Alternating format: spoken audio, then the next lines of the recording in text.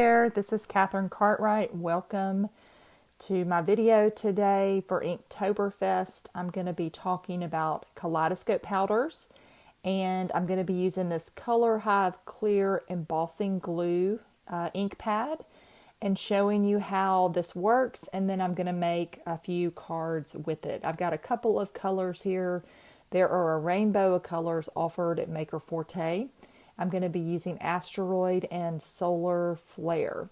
I've got two pieces of cardstock here just to begin. I've got a piece of black and white, and I'm going to take a heart stamp here. I'm going to ink it up, and then I'm going to apply my powder using a couple of these brushes. You can find those brushes in the store as well. So I've just got my block here with my clear stamp, and I'm going to ink that up, and then I'll stamp this onto the white cardstock because the powder reacts differently based on the color of cardstock that you use. So you'll see here once I start applying it, this one is not super bright on white, but you can still see it for sure. And so I'm going to add this to my image, and you can start to see a little bit of it sticking to that embossing glue. It's very subtle. It's like a very light gold. And you can see it, and in a minute I'm going to use it for a background. But you can see it starting to show up the shape, and it kind of shifts in the light. You can see how it becomes sort of a different shade. And then I'm going to do the same thing with the black cardstock. So I'm going to ink this up the same way, and I'm going to do this with both of my powders because I want you to see how different they are. And depending on which color you choose, you will get completely different results. And you don't need a lot. It's very pigmented. As you can see, that one just pops off the paper. And you just apply that on there, and then I will brush any extra off, and then I will set my image. We'll talk about that more through the video. So I have this large rainbow brush also in the store that I like to use that just kind of buffs off any of my extra powder. And then to set it, you can use water or you can use a fixative. I use an inexpensive hairspray for mine, or water, whatever I've got on hand. And that's Asteroid. I was just showing you that. And I'm just going to write the name on there. And I will keep this in my folder so I will know which Kaleidoscope powder is which and what the results are when you work with it. So you can spray the water directly on there. You can kind of spray it through the air and let it hit your image, and it will let it set. Or again, you can use a fixative if you feel like you need to use something stronger. Hairspray absolutely will stick it down. And I have a big bottle that I just keep on hand that I can spray, and it will set that image and it will not smear. So that's the first one, Asteroid. All right, we're going to move on and do the same process with Solar Flare. So I've just got this microfiber towel that I'm just kind of brushing this off onto the powder to change between colors. I also have a Swiffer usually around my desk. I'm a very messy crafter. If you've ever seen my videos, there's a good chance that there's embossing powder flying all over the place. It's a miracle, honestly, that the pigment powder, this Kaleidoscope powder, was not flying all over the place too. The air conditioning is close to my table, and sometimes I forget and everything just starts blowing everywhere. So I have to be careful. So saying all that to say I'm a very messy crafter. So a Swiffer or some kind of cleanup towel is important for me to have close at hand. All right, so this is Solar Flare, completely different. Look how different it is. I'm going to brush that extra back into the jar, and then I can buff it off as well. But look at the gorgeous colors. And this is, I'll say this is one of those products that the camera really doesn't do justice. It tries, but they are so beautiful in person. And the shine on this heart is crazy gorgeous. Look at that. Completely different. Look how different they look on depending on the color of cardstock that you use. Such a fun product and a fun thing to use. All right, so I'm just marking that as solar flare. I'm going to take my hairspray over to the side and give that a little spritz. And now my image is set. Super, super fun. All right, and now I'm going to get started on some projects. And I'm going to make 3 cards today using some different techniques. There are a ton of techniques that Alexandra has provided with this product. When you get it at home, you get a QR code on the package and you can scan that and then find out a whole bunch more ways to use it. We would be here for hours if I tried to show you all the different ways to use it. So I'm just sharing a few. All right, so now I've got my stencil here, Hex-a-go, using this large hexagon, and I have just pressed it directly onto the cardstock. You can see a little bit of a reflection of where that hexagon is. I'm going to get my jar open here. My hands didn't want to work, so I've got the top off now, and I am going to start applying this to my image, and you can start to see immediately where it is sticking to that embossing glue. So pretty. And you can really see it come to life. And I'll just work this around my image. And the glue stays wet for a little bit because you can emboss with this as well. So you can use it for this Kaleidoscope Powders, but you can also do heat embossing with this glue. This ink, we call it a glue, but it's an ink that is like a glue. It helps you stick these items to your paper. So that's why I'm referencing it as a glue. But it's a clear ink, and then you can also watermark with it. So it is a must-have in your craft stash. All right, I like how I've gotten this all around, and I like how there's a little bit of, I want to say dimension on there, just how the light plays on it. And I'm going to take this over to my stamp positioner, and I'm adding a heart stamp on there. That's all I'm adding, just a clear stamp. I'm going to use, you can use a rubber stamp as well, and you can see what happens. It has lifted off that powder. And I want to take a little bit more, so I'm just going to rub a little bit off and see if I can take a little bit more powder off. And you can see it pulls a little bit more off of that glue.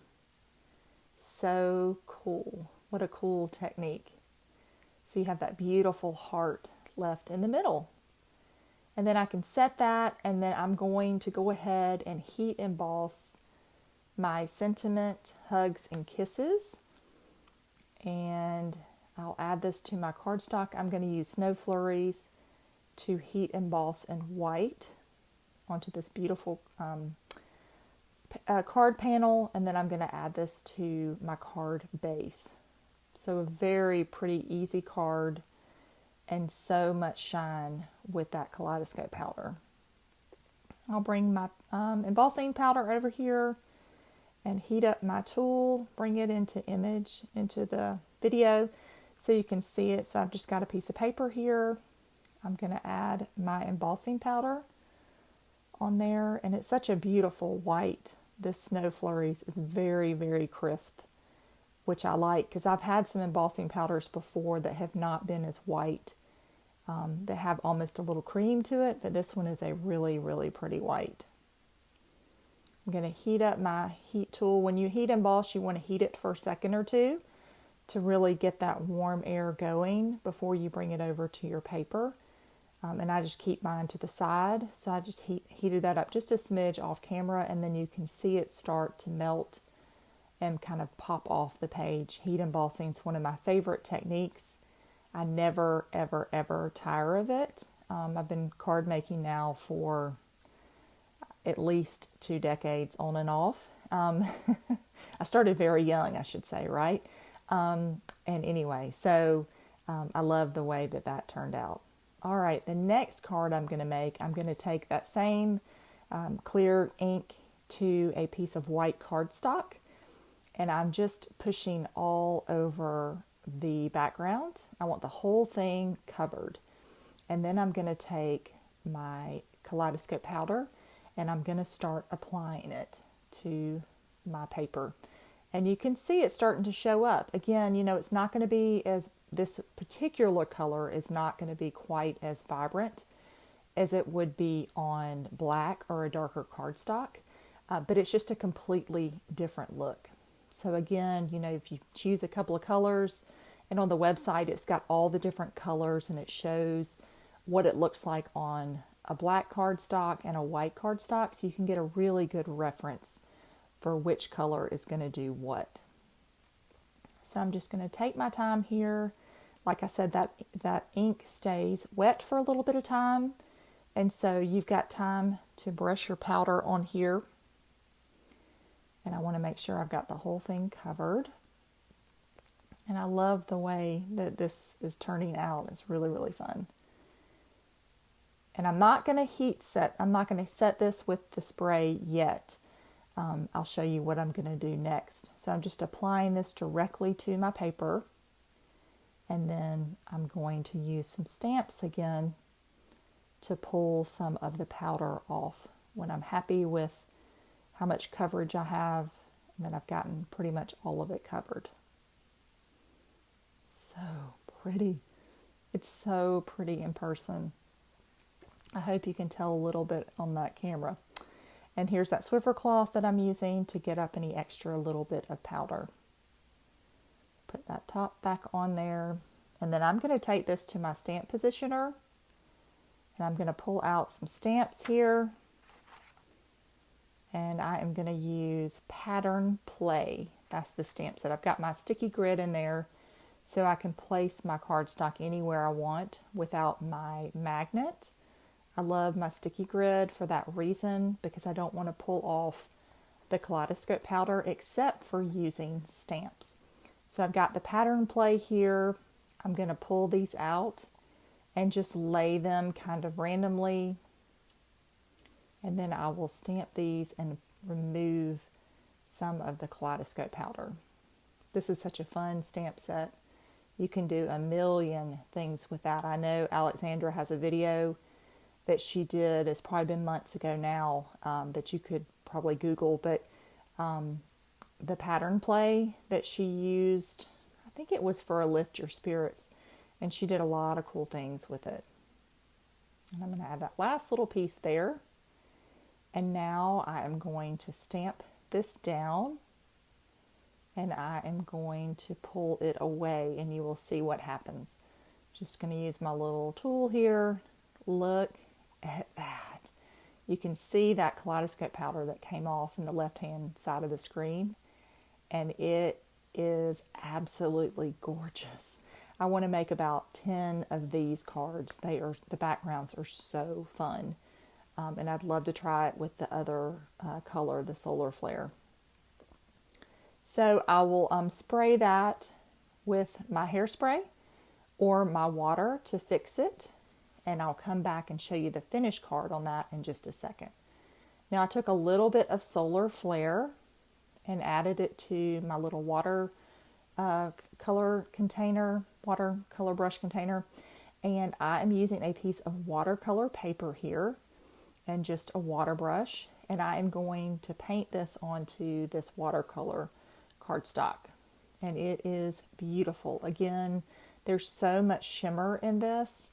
You'll be able to see a little bit when it dries, but it is really, really pretty. So a quick and easy way to make a background. And then I'm also going to repeat the same process using it on black cardstock. This is not a watercolor cardstock. This is just a regular piece of cardstock. You could use, there is some black watercolor cardstock out there in the market. So if you had some of that, you could pull that out for sure. But look at this. It is gorgeous. When it starts to dry and that shimmer just pops off the page.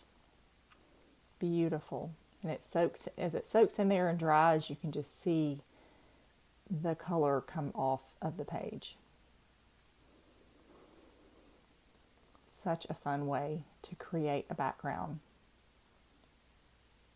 And then I'll let that dry. Just press that down a little bit, and I'm just making sure I got shimmer everywhere that I want it to be. And there you go, you have another stunning background. You could add a large die cut to that. You could add a little stamped image on top. You know, keep it simple and let that background shine. So there are the two, using the watercolor cardstock and then some black cardstock. Same powder, completely different result. All right, I'm going to finish this watercolor panel. This is the floating Gingkos stamp set that I am in love with. I am a huge fan of Gingkos. They are my favorite tree. We discovered them many, many years ago when we were visiting Philadelphia, and we saw some huge, beautiful trees. They turn yellow in the fall, and they were stunning. They reminded us of aspen trees. We lived in Colorado for a few years, and the leaf shape and all just kind of reminded us a lot of those trees, and those were our favorite ones out there. So we now have two Gingkos in our backyard, and we love them. And in the fall, when they turn yellow and they start rustling, they are gorgeous. So I have tons of Gingko stamp sets, I admit it. I have a real love for them. So I used some Welsh dragon there, and I just stamped that a couple of times to get a beautiful impression. And then I'm going to add a sentiment that's included in that stamp set called thank you, that says thank you. That's in the floating Gingkos stamp set. And I'm just going to stamp that a second time. And I've got a beautiful one layer card with some beautiful shine in the background that is ready to be added to some cardstock, and I'll have a card ready to go. All right, so I wanted to spend a second here using my Distress Oxide ink with this brick wall stencil. It has become one of my favorite stencils. It has such a cool look. So I'm going to take my Distress and just kind of brush it on here. And this, you know, the Distress dries a little faster than Oxide because Oxide has some pigment in there, so it kind of sits on your paper a little bit longer. Takes a little bit longer to soak in and dry. And so I thought I would try this with this and see how it turns out. So I'm going to add some color here. I'm purposely dragging my brush, hoping to get some kind of texture like a brick wall would have. And I also chose the Faded Jeans, a darker color for my Kaleidoscope powder to see how it would react with this. All right, so I'm going to pull this back open, get my brush ready again. This is Asteroid one more time. And I'm going to just directly apply this to my cardstock. Sorry, the camera cut away for a second there. And so I'm just going to start applying that, and look at this. So it kind of sticks to those spots that are still a little bit damp. And it is a stunner. Again, I know I sound like a broken record. So beautiful in person. You can see that shine, and I think you can appreciate what I'm going for here. But man, it is just beautiful in person. And I cannot wait to finish this at some point and turn it into a card. It's going to be a real stunner. So that's just another way you can use it. So if you've got some Distress Oxides, use your stencil, apply it, and then go back and add a little bit of the powder. Set it with a little bit of spray, and it is gorgeous. Okay, I love the way that turned out. So there's another way that you can use it. All right, I'll clean up my mess. And I'm going to let that dry for a second, and then I'll give it a little spritz. Okay, so I wanted to show you all the finished cards. So here is the thank you that I added to the Welsh dragon that ended up being so pretty. Here is that hexagon stencil with the hugs and kisses. I just added that to a piece of red cardstock to really pop that off the page.